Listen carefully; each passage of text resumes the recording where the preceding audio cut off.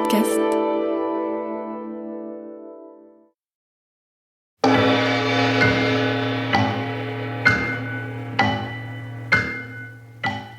Les maîtres du mystère.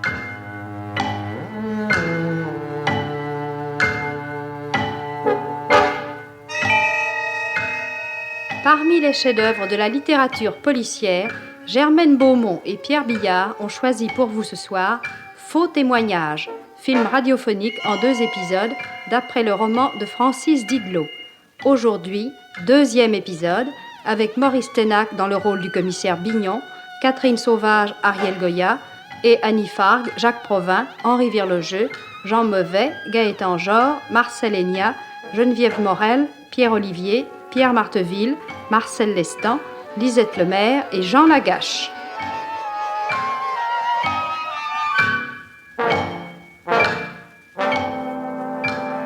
Chronique de Germaine Beaumont et Roger Régent. Prise de son Jean Delanduc, opérateur Charles Marié, bruitage Jean-René Niclès, assistante Marie-Denise Vanda, réalisation Pierre Billard.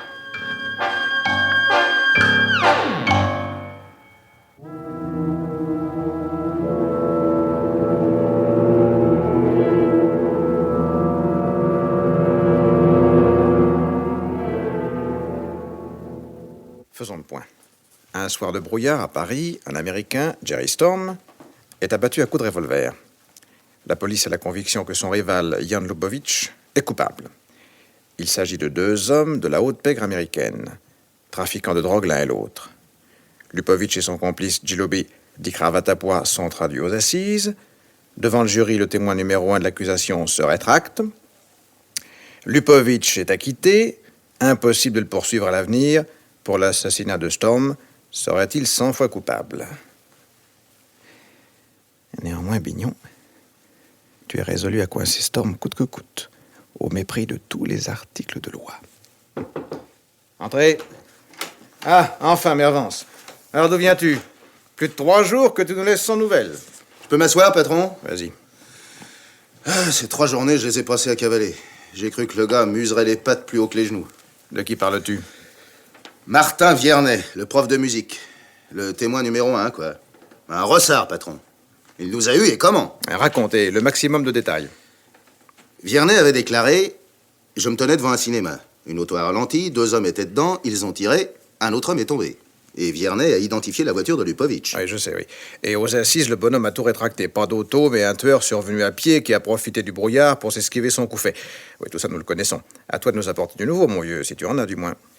Viernet, 73 ans, loge rue Torricelli, au dernier étage. Une chambre, une cuisine. Il vit seul, sans moyens, sans besoin. Tous les matins, l'étui à violon sous le bras, il va à Neuilly, au cours de Jeune Fille Pompadour, où il enseigne la musique aux gamines. Il suit sempiternellement le même itinéraire, serigne les gammes selon une méthode qui n'a pas varié, ne remarque pas que les gosses se foutent de lui, en un mot, le type du crouton rassis, quoi. Pas d'espoir, pas de malhonnêteté.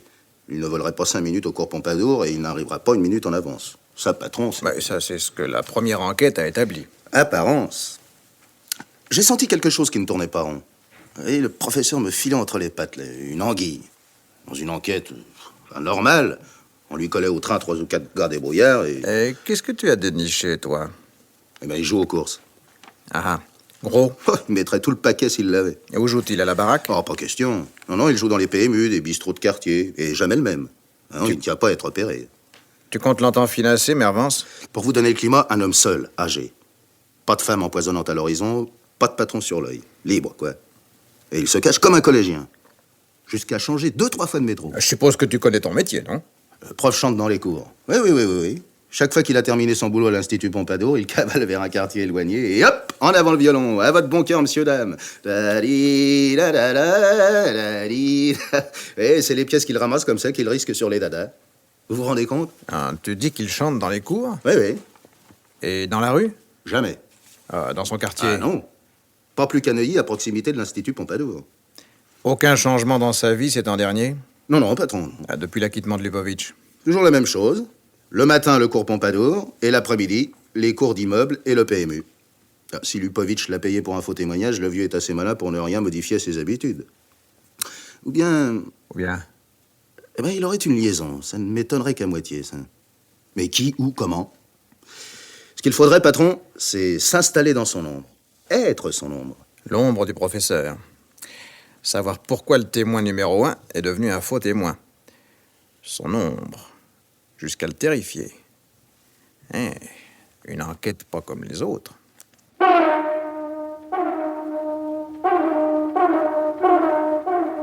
Patron, ça vous a donné quoi de filer le vieux bonhomme? Ceci. Et puis ça, tiens. Et puis ça encore, tiens. 70 francs. Comprends pas. Vierney espérait sans doute influencer le destin en changeant non seulement de quartier, mais de musique. Il a lâché Moulin Rouge pour la mer, mais quand il m'a repéré, je ne me cachais pas. Sa recette, il l'a abandonnée. Tiens, je l'ai ramassée à sa place. Et vous, patron, qu'est-ce que vous espérez? Si demain matin, Vierney n'ose pas quitter son logement, j'en serais assez satisfait. Je peux l'aider à avoir peur. Mais j'y comptais. Parce que demain matin, Bignon, tu as une visite à rendre. Et mieux vaut ne pas avoir le professeur dans les parages, ça compliquerait les explications.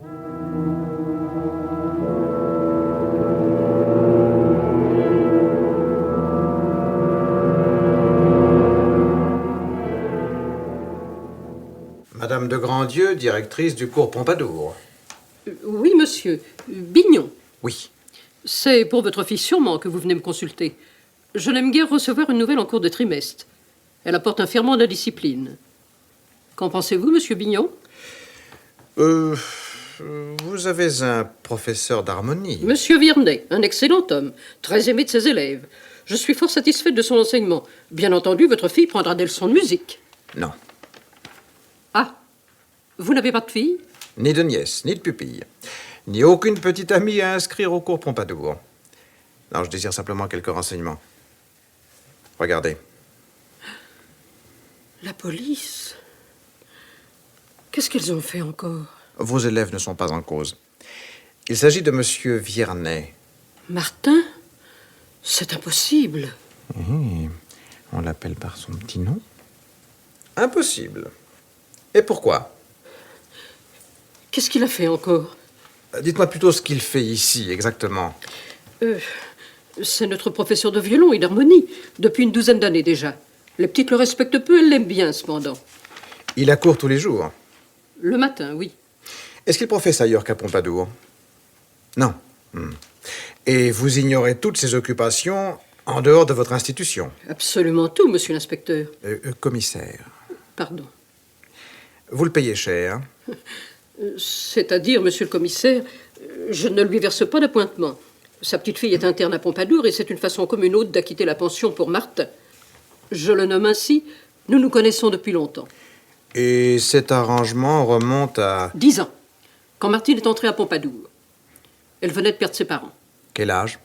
Aujourd'hui, 18 ans. Elle fait sciences ex. Appelez-la. Monsieur le commissaire, Martine sait évidemment qui est son grand-père.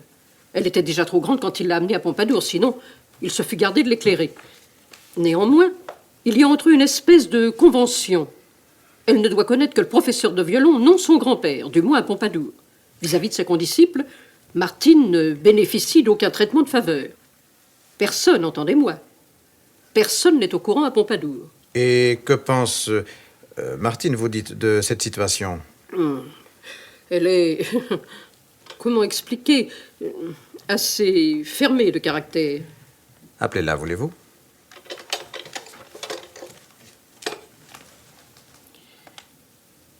Allô, mademoiselle Herminie? Envoyez-moi Martine, s'il vous plaît. Vraiment, monsieur le commissaire, vous croyez utile... Certainement, madame. Ne lui dites pas qui je suis, je préfère. M'appelez, madame la directrice. Monsieur... voudrait... Bavardez avec vous, Martine. Bavarde qu'avec mes amis. Nous ne tarderons pas à l'être. Je suppose, madame la directrice, que mademoiselle est autorisée à s'absenter. Mais, monsieur le... Monsieur, nos élèves ne sont pas détenus. La plupart s'absentent du samedi au lundi. Pas moi. Ma chère petite... Ok, monsieur, je ne sais pas ce que vous me voulez, mais à la seule idée de respirer dehors, je choisis la liberté. 2 minutes et... Monsieur le commissaire, répondez-moi pendant qu'elle n'est pas là. Vous l'emmenez à la police. Qu'est-ce qu'elle a fait? Elle sera de retour ce soir même à Pompadour. Mais... Non, elle ne court aucun danger. Et si Martin... Il doit tout ignorer de ma visite, tout. Y compris cet après-midi de vacances accordé à Martine. Elle ne sort jamais? Précisément. Voilà. Pas été longue, hein? Parfaite.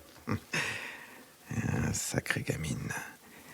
Bignon, te voilà décidément lancé dans la plus extravagante des enquêtes. Et qui plus est, une enquête pour rien. Pour rien de filer à Lupovitch totalement mis hors de cause. Pour rien de découvrir chez Ariel Goya un désir de vengeance.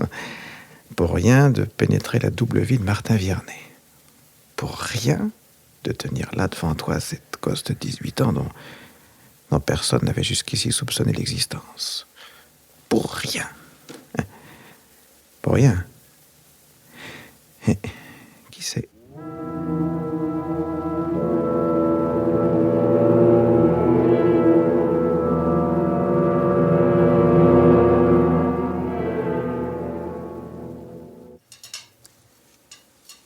Vous avez faim, Martine? Faut s'expliquer, mon petit père. Primo, pourquoi que vous m'appelez Martine? Deuxio, pourquoi m'offrir un becté? Troisio, je mangerais bien du poulet, dac. Primo, Martine, c'est pas plus gentil? Deuxio, j'ai faim, et troisio, d'accord pour le poulet. Sans sas. Ah, vous êtes de la grande maison. Eh ben, quand je vais bonir ça aux copines. Poulet sauce suprême, envoyé. Alors, j'ai oxy quelqu'un? Eh ben non. Vu la moumoute à la directrice, je plaide coupable. Vous voyez trop de films, vous lisez trop. Et pas assez la grammaire. Monsieur désire une fille du monde. Soyons mondaines. Mais vous m'excuserez si j'absorbe quelques nourritures terrestres. Vous m'avez invité, non? Vous êtes la petite fille de Martin Viernet. C'est ça. J'aurais dû m'en douter, oui. Maman était sa fille. C'est lui qui a été mes parents. Décidément, la police vraie est encore moins jolie que dans les livres. M'inviter à bouffer pour me cuisiner sur grand-père. Je préfère les truands, tiens. Lui aussi, peut-être. Pardon? Qu'est-ce qu'il fait de ces après-midi? Vous me prenez pour un perdreau de l'année? Qu'il travaille Béla Bartok ou compose un opéra, ça le regarde? À vous aider, n'y comptez pas. Si. Oui. Je suis au courant. De tout. Les dadas, le crin-crin dans les cours. Merci, monsieur, dame. Vous y voyez clair maintenant? Renfermez la petite Martine. Allez donc être aimable quand vous savez que votre grand-père tend la pogne pour payer vos études. Puisque je vous dis que je suis au courant. Oh, ça, bien sûr, vous pouvez m'indigner. Refuser. Pauvre vieux. Il en aurait eu tellement de peine. Allez, bon, terminez la grande scène d'émotion. Rentrons les mouchoirs. À votre tour, affranchissez-moi. Votre grand-père est inscrit. Vous l'avez devant vous et qui mangerait bien de la tarte maison. Du fromage aussi avant. Bien, garçon. Garçon? Monsieur. Fromage, 2 tartes, 2 filtres. Tout de suite, monsieur. Martine, vous l'aimez, votre grand-père? Pourquoi non? La vie n'est pas drôle tous les jours. Oh, puis flûte, hein, on joue pas les deux orphelines. Vous avez fini, oui? Compris. C'est l'histoire des assises qui vous ramène? Oh, ça, je le savais. Oh, quand j'ai lu la chose dans le journal, ce témoignage stupide, j'étais sûre que vous trouveriez un moyen pour le coincer. Oh, faut pas, monsieur. Faut pas. Il a menti, alors? Eh bien, Comme si vous n'en étiez pas certain. Pauvre vieux. Vous l'avez interrogé? pas encore. Vous vous aiguisez les quenottes sur moi? C'est-à-dire que vous pouvez lui éviter le pire en cessant la première de mentir. Il avait le droit de se rétracter devant le jury. Il avait surtout le devoir de dire la vérité. Il a juré. Et vous? C'est sa dernière chance que vous tenez en ce moment. C'est bon.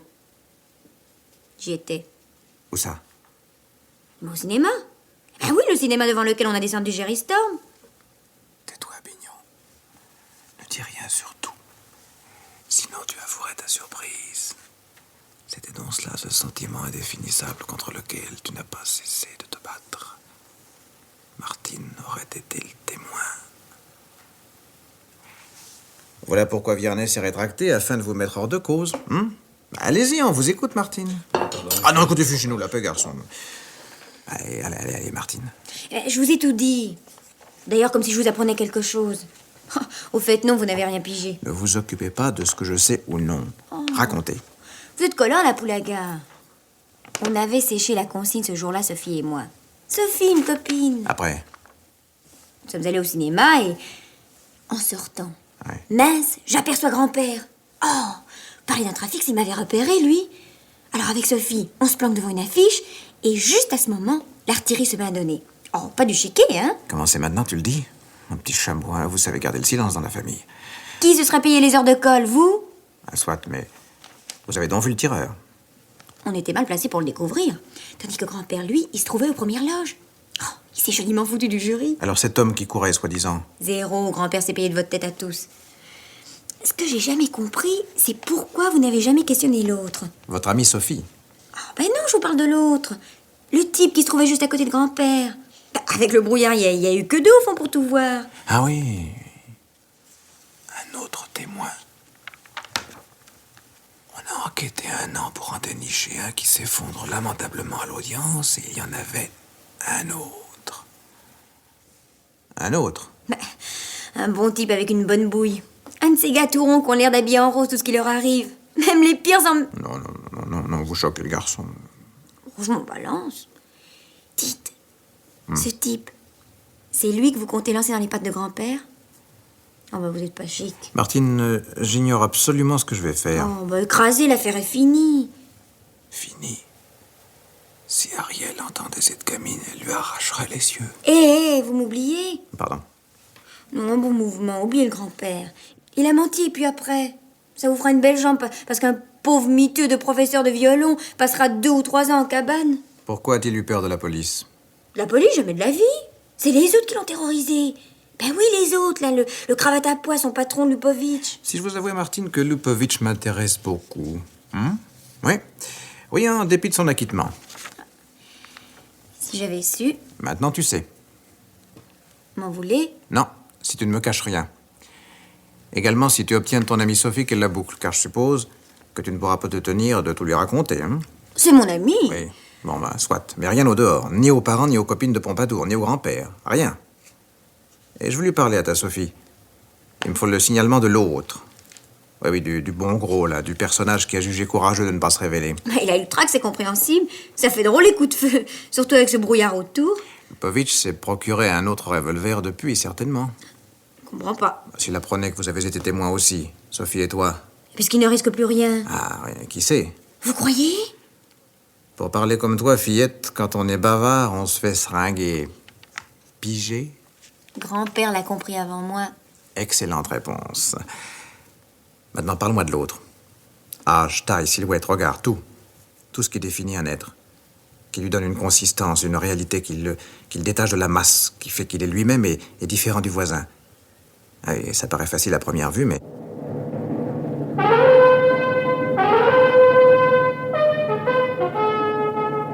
Prends des notes, Sévérini. Un homme qui porte 60 ans, pas très grand, assez corpulent, la gosse dit de la brioche, visage rond et cheveux grisonnants, habillé de façon modeste, et même ses vêtements trahissant la fatigue des costumes qu'on envoie rarement aux dégraisseurs. À la main, une serviette en matière plastique. C'est tout, patron. Elle pose des questions. Les yeux, Couleur indéfinissable, forme arrondie. le nez, Moyen. bouche, Molle, plutôt épaisse, moustache jaunie, menton, gras, cravate. comme tout le monde. Peux-tu travailler avec ça? On va essayer. Bon. Dès que je tiendrai un jeu de combinaison possible, il faudra en appeler au souvenir des 2 jeunes personnes. Oui, ne perdons pas de temps. Hein. À toi, Mervance. Indique-moi les coordonnées pour chacun. Lupovic est aux anges. Il promène partout sa mine insolente, son petit copain cravate à pois, idem. L'un boit du champagne et l'autre se saoule au whisky. Viernet ne déode pas de sa tanière. Voilà 2 jours qu'il n'a pas risqué son oseille au mutuel. Eh bien? Ariel Goya, elle ne quitte pas Lupovic. Ah, sauf le soir. Quand elle rentre se coucher, c'est Tintin pour sa pomme. Bonne nuit très chère, à demain. Mais ça ne durera plus longtemps, hein, because Lupovic s'énerve. Très bien. Patron, traitez-moi d'enflé, mais je vois mal où vous voulez en venir. Hein. Vous nous l'avez expliqué à coup de code criminel là sur le show. Acquitté, on est blanchi pour la vie. Il y a que le jugement dernier pour rectifier le tir. Alors, si vous le dénichez, ce témoin numéro 2, qu'est-ce que ça vous donnera? Mon petit Mervance, je ne veux pas savoir si ce témoin existe. Il s'agit d'être sûr qu'il a existé. Bon sang. Eh ben, comptez sur moi, patron. Je peux donner un coup de main à Sévérini? J'allais te le demander. Patron, Ouais, bien. vous allez m'enguirlander, mais je dois vous le dire, hein. Défiez-vous de Mademoiselle Goya. Merci du conseil, j'en profiterai.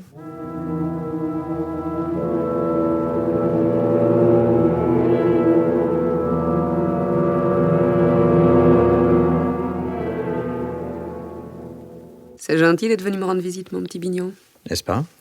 Mais on a un but caché. T'es balle ta camelote, comme dirait Lipovitch. Il s'agit de lui, en effet. Toujours aussi content de l'existence. Davantage. Aucun changement ces jours-ci. Il n'a pas paru tracassé. Lui, gai comme un merle. Au point qu'il me fait un peu peur. Hein? Il affichait le même entrain dans les journées qui ont précédé l'assassinat de Jerry Storm. C'est comme s'il hésitait longtemps à arrêter sa décision et puis, une fois résolu, le voilà libéré, plein d'une sorte d'exaltation. Et cravate à pois. Oh, celui-là, c'est qu'un tas de muscles.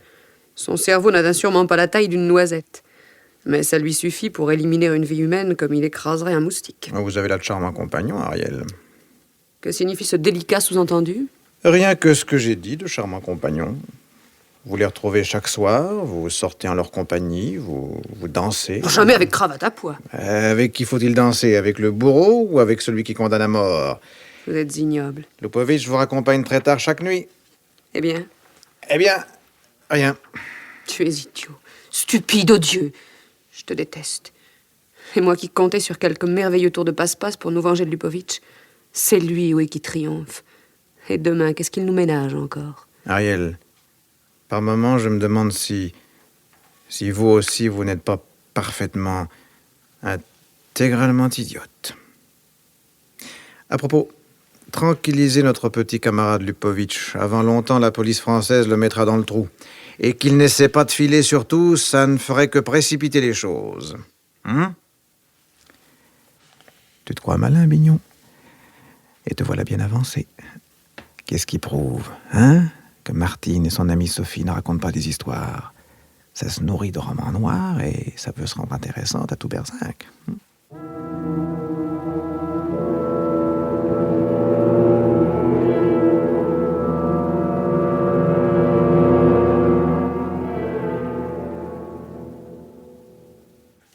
Allez, plus bouger les gosses, là. Sans blague, pourquoi ne pas nous donner du sable et un petit son, on ferait des pâtés? Ah, jeune Martine, tu nous brises les marraines, hein. Moi, je dis rien. Ah, bravo. Eh ben, surtout ne change pas, Sophie, hein. Éteins le lustre, Mervance. Ouais. Et vous écoutez bien, toutes les deux. Regardez le tableau que j'éclaire. Chut! Ne dites rien. Pas encore. Examinez chaque détail. Prenez votre temps et dites-moi si vous reconnaissez cet homme. Ben... Vous l'avez jamais vu? Rappelez-vous, un soir où il y avait du brouillard, vous étiez allé en fraude au cinéma. En sortant, vous avez aperçu votre grand-père, Martine. Et près de lui, L'homme. Mais il portait un chapeau. qu'à cela ne tienne. Mon portrait est en plusieurs morceaux et interchangeable. Là, le même avec chapeau. Vous le reconnaissez? Il était plus rond, puis plus large du menton. Comme Louis-Philippe. Voici. Ah, c'est mieux. Bon, pourtant, Sophie... Il avait pas de lunettes? Oh, non, je crois pas. Essayons. Lunettes d'écaille. Lunettes sans monture. Ah oui, je revois ses yeux. Oui, un peu globuleux derrière les verres. Oh, c'était pas tant. Et ne nous emballons pas, les Oh, enfants. si, ça c'était pas tant. Nous reviendrons au regard tout à l'heure. Voyons, la bouche. La moustache.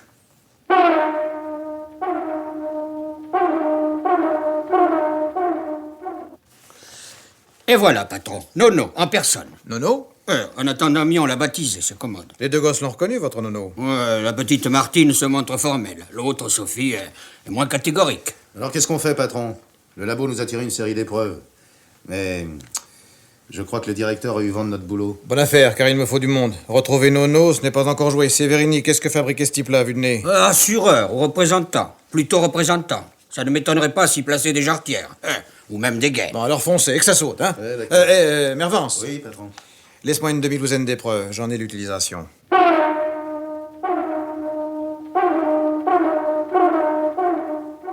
Regardez, Ariel, cette photo. Attentivement. Je ne suis pas aveugle, qui est-ce? Je vous le demande. Connais pas. De toi à moi, mon bignon, il ne me paraît pas très actuel, ton bonhomme. Où l'as-tu déniché? Par là. Qu'est-ce qu'il trafique dans l'existence? Je l'ignore. Comment s'appelle-t-il? Je ne sais pas, peut-être Nono. Nono? Tu te paies mon portrait? Un flic n'est pas assez riche pour ça. Ariel Goya. Le cours doit être élevé aux Champs-Élysées, rayon producteur. Moi, assez. Mais quel rapport ton nono avec Lupovic? Tu n'en sais pas davantage? Eh ben, moi non plus, ne te déplaise. Bignon, le fair-play est donc si difficile. Moi, je ne t'ai rien caché. Et ris pas, tu m'énerves. Tiens, donne-la-moi la photo de ton nono. Je la montrerai à Lupovic et je lui poserai la question. Pourquoi pas? Si vous prenez le risque. Je l'ai pris une fois pour toutes. Comment expliquerez-vous à Lupo l'origine de cette photo? Je n'en sais rien moi-même. Il y a des instants, mon petit Bignon, où je te désintégrerai volontiers. Je comprends mieux votre pouvoir sur les spectateurs, Ariel. Bonsoir. Où vas-tu? Cherchez quelqu'un qui connaisse Nono. Dormez bien.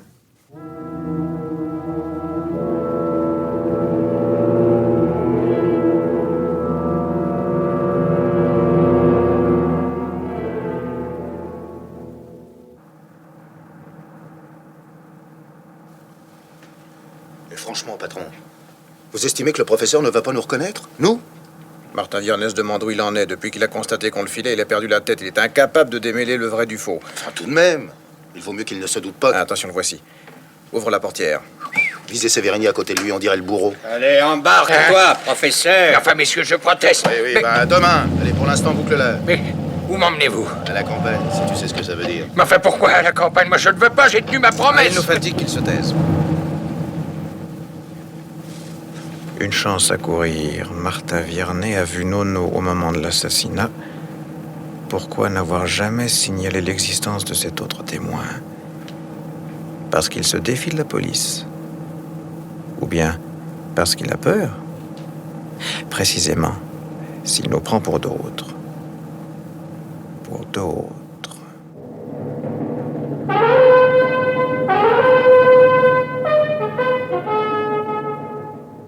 Où sommes-nous ici? Mais t'occupe pas, professeur. Et assis. Assis! Ah, mais je vous le jure, j'ai fait l'impossible. J'ai dit textuellement ce que vous m'avez ordonné de déclarer. Comme c'est curieux. Oui, même quand ils ont rendu compte du procès, les journalistes m'ont traité de faux témoin. Mais depuis... J'ai vu personne. Je donne mes leçons à l'Institut Pompadour et je ne parle à peu. Et l'argent qu'on récoltait dans les cours? Et les dadas? Et Martine? Ah non, ça, vous m'avez promis de la laisser en dehors, Martine. À condition qu'elle se tienne tranquille. Sinon, tout est changé. Ah non, vous ne lui direz pas, elle doit jamais savoir. Ça serait trop affreux pour elle, son grand-père. C'est donc ainsi que Lupovic le tenait.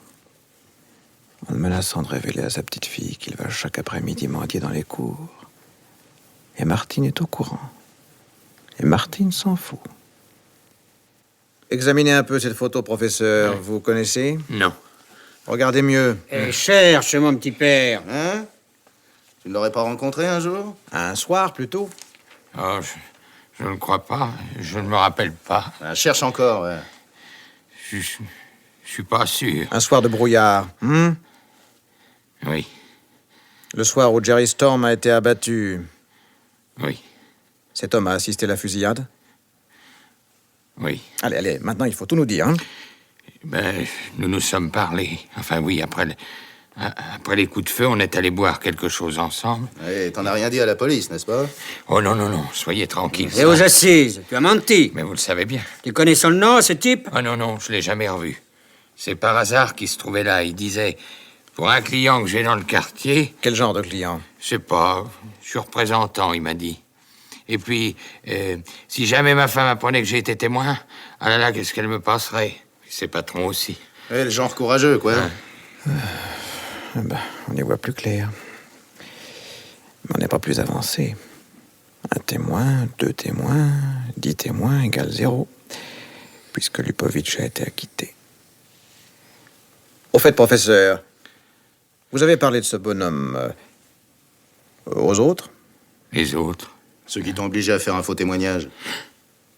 Mais vous êtes donc... Je vous reconnais! Alors? Oui, j'ai parlé de lui. Mais qu'est-ce que ça fait, ça? Quelle importance, puisque lui-même voulait pas être témoin? Maintenant, retrouvez Nono coûte que coûte.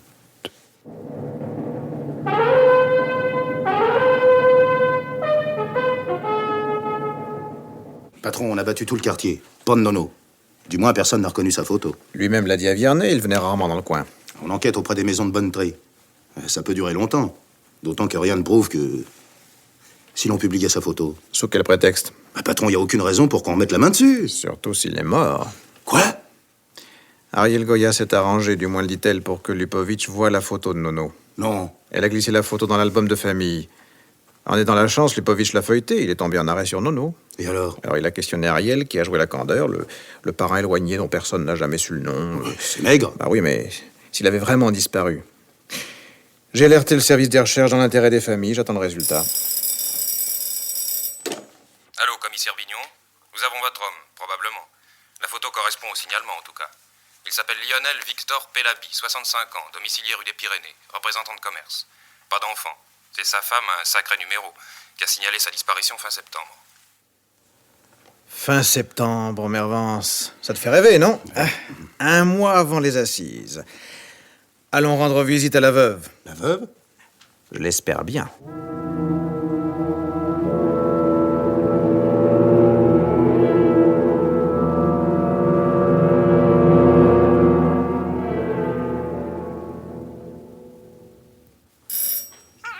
Ne bouge pas, mon minou, je vais ouvrir. Qu'est-ce que c'est? Madame Pellaby, c'est ici? Oui? Mais c'est une visite, mon minou joli. Qu'est-ce que vous voulez, vous? Commissaire Bignon, il s'agit de votre mari. Mais tu entends, minou? Oh! Vous avez remis la main dessus? Ah bah, vous pouvez le garder, bonsoir. Pardon. Ah bon, ça recommence. Encore des ennuis. Quand nous étions si tranquilles. Pauvre mon minou. Allez-y, vous. Quelle nouvelle sottise Victor a-t-il faite? C'est bien votre mari, Pellaby, Victor Lionel, là, sur cette photo. Bien sûr que c'est lui. Bon, pas très ressemblant, mais je le reconnais, le vaurien, la crapule. Où l'avez-vous eu, cette photo? Pourquoi est-il parti? Pour aller chercher, pour par rosserie, probable. Oh, quand je pense que j'ai épousé ça. Il ne vous a rien dit auparavant? Oh, trop malhonnête pour le faire. Et pas capable de me donner le... Donc il Alors- est parti d'une minute à l'autre, sans avertir, sans laisser un mot, une valise. Ouais, des clous. Monsieur était là le matin et le soir, plus personne. Vous avez alerté la police tout de suite? Bah, c'est-à-dire, il pouvait visiter un client de province. La chose lui arrivait? Jamais.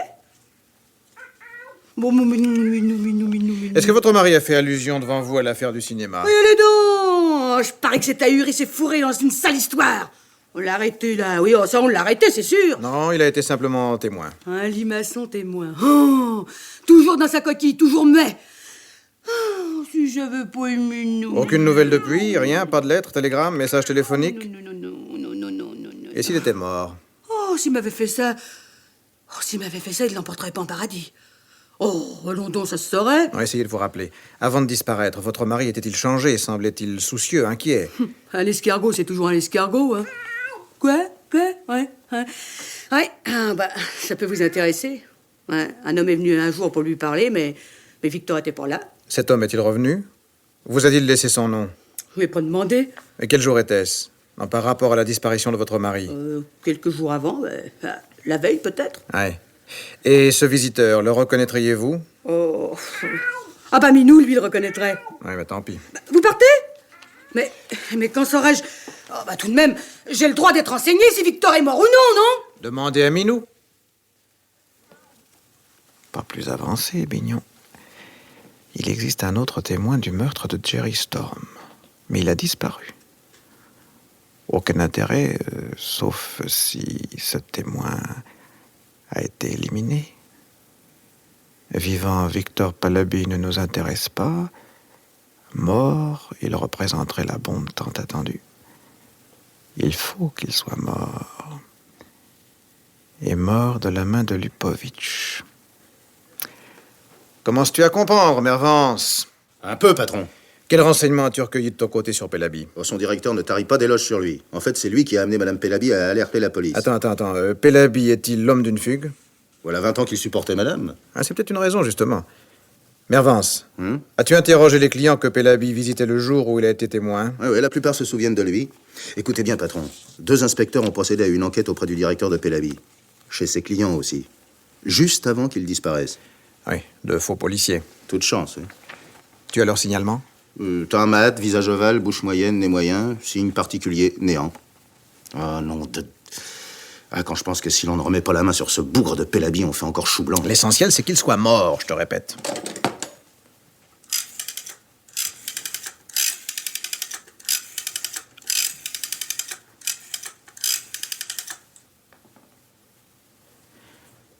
Allô, Ariel?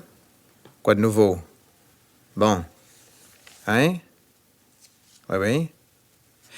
Et son complice cravate à poil, l'avez-vous aperçu ces jours-ci? Très bien, je compte sur vous, mais le danger se précise. Qui? Le type dont je vous ai remis la photo? Oui, je l'ai retrouvé. Mort. Qu'est-ce qu'elle raconte, patron? Oh, pardon. Notre petit ami Lupovic a retenu sa place pour Caracas. Mais- Il emmène cravate à pois, bien entendu. Et quand, patron? Après-demain par avion. Quand on touche au but. Ah, tout est foutu. Fort l'honneur, et puis il peut se passer tant de choses. La capitulation en race campagne d'une ravissante personne. Quoi, Ariel Goya serait prête? Rien ne lui paraît trop cher. Je me demande si je ne devrais pas l'imiter. Va me chercher Viernet. On a tiré tout ce qu'on pouvait de ce vieux débris. Lupovic connaît l'existence de Martine, mais il ignore qu'elle était au cinéma ce soir-là, qu'elle est sortie au moment de la fusillade. S'il la prenait, et cela juste quand le terrain lui brûle les pieds... Ouais. Mervan, c'est Martine dont j'ai besoin. Amène-la-moi, et son grand-père avec elle. Les dernières heures, Bignon. Tu fais sauter la banque, ou on t'envoie cultiver les narcisses.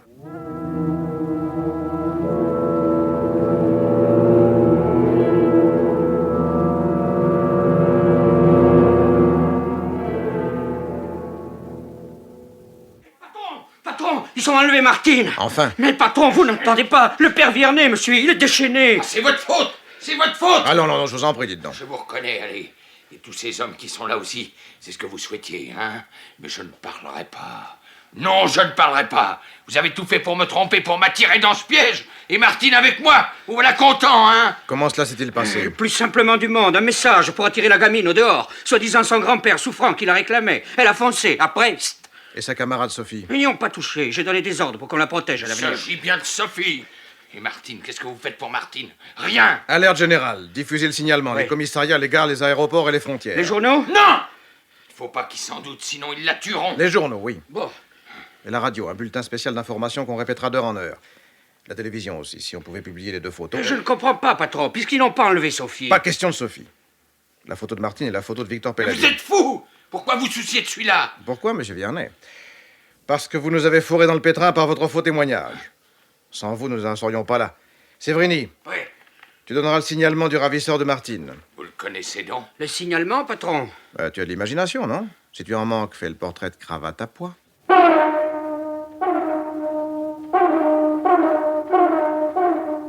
C'est vrai, mon petit Bignon. Lupovic a enlevé Martine? Je l'espère. Tu bluffes? Mais combien tu te cartes? J'en ai demandé deux. Si ce sont deux piques, j'ai la couleur. Tu risques ta carrière? Quand part Lupovic? Demain soir. Et il veut m'emmener.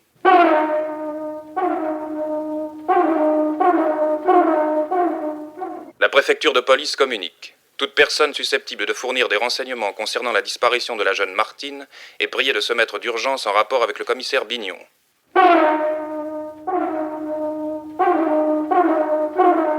J'ai le droit de savoir. Je suis Madame Pelabi. Qu'est-ce que Victor a à faire avec cette histoire d'enlèvement?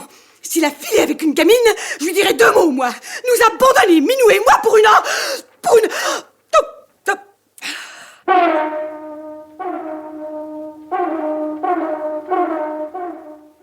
Ne vous occupez plus de rien. Abandonnez cette poursuite stupide et Martine me reviendra. Qu'est-ce que ça peut vous faire d'arrêter Lupovic? Tout ce qui compte, c'est Martine. C'est Martine.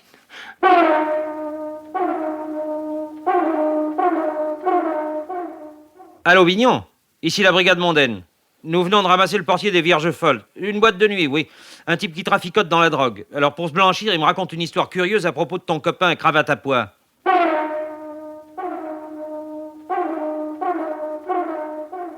Vous faites Jojo, Bignon. Où cela vous mène-t-il? Un coup de poker, je le sais, monsieur le directeur. J'ai préparé ma lettre de démission.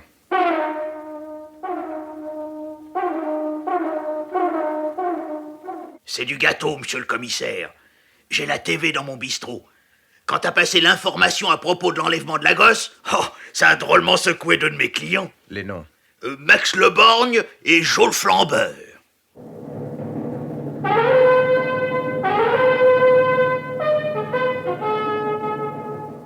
Assieds-toi, Max.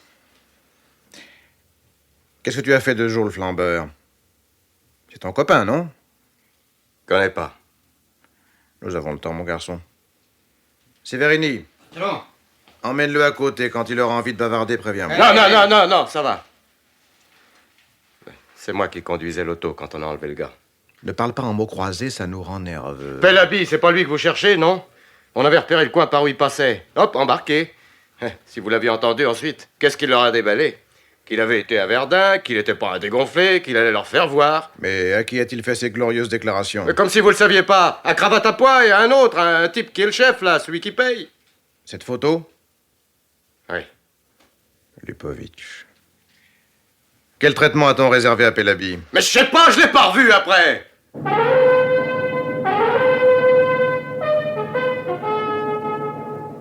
Enfin, eh ben c'est pas facile d'arriver jusqu'à toi, mon petit Bignon. J'ai donné des ordres. N'oubliez pas, Ariel, que Lupovitch part tout à l'heure. Exactement dans 3h30. Vous n'avez pas réussi à le retenir. Vous n'avez pas réussi à l'arrêter. Tant que je n'aurai pas retrouvé le corps de feu Pellaby. On cherche un cadavre. Et l'on oublie une enfant vivante. On a remué le ciel à la terre.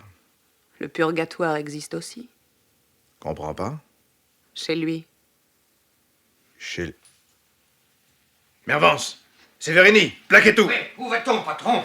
Signez notre condamnation.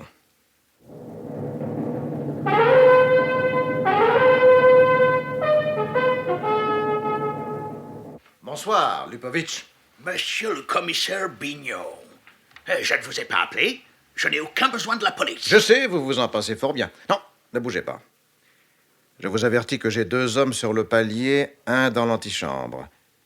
Mervance, place-toi devant cette porte. Ouais. Toi, Sévérini, couvre les fenêtres. Ok, patron. Je croyais, vous, en France, n'avoir pas le droit de venir la nuit chez les gens. Exact, cravate à pois, mais on s'expliquera plus tard. Je suis chez moi. Je vous ordonne de sortir. Nous arrivons. Vous n'avez pas de mandat. Je téléphone à mon avocat. Ne vous en privez pas.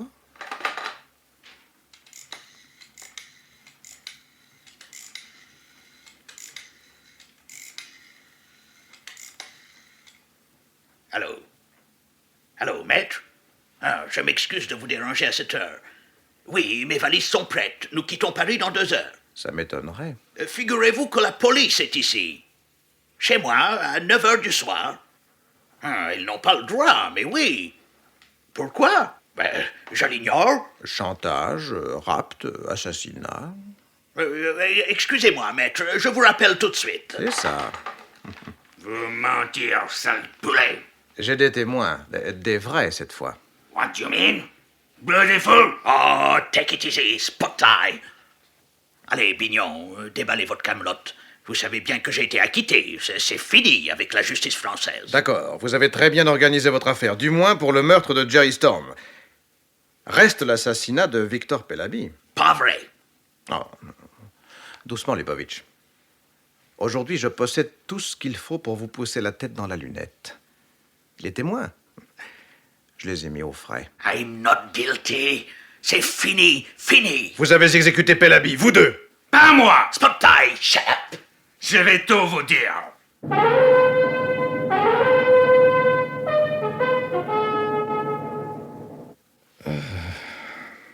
Martine est sauvée.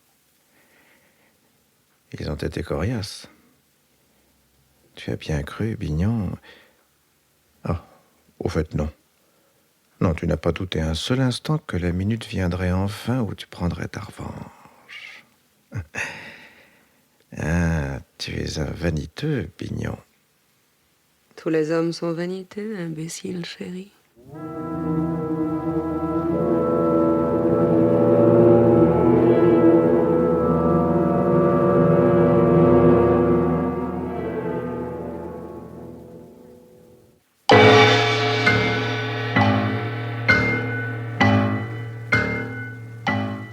Les maîtres du mystère.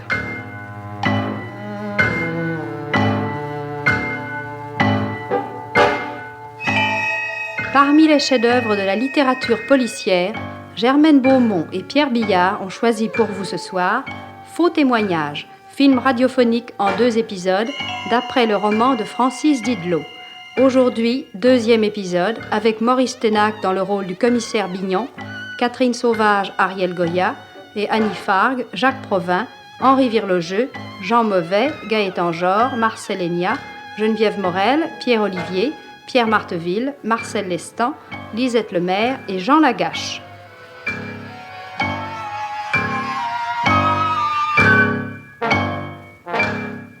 Chronique de Germaine Beaumont et Roger Régent. Prise de son Jean Delanduc. Opérateur Charles Marié. Bruitage Jean-René Niclès. Assistante Marie-Denise Vanda. Réalisation Pierre Billard.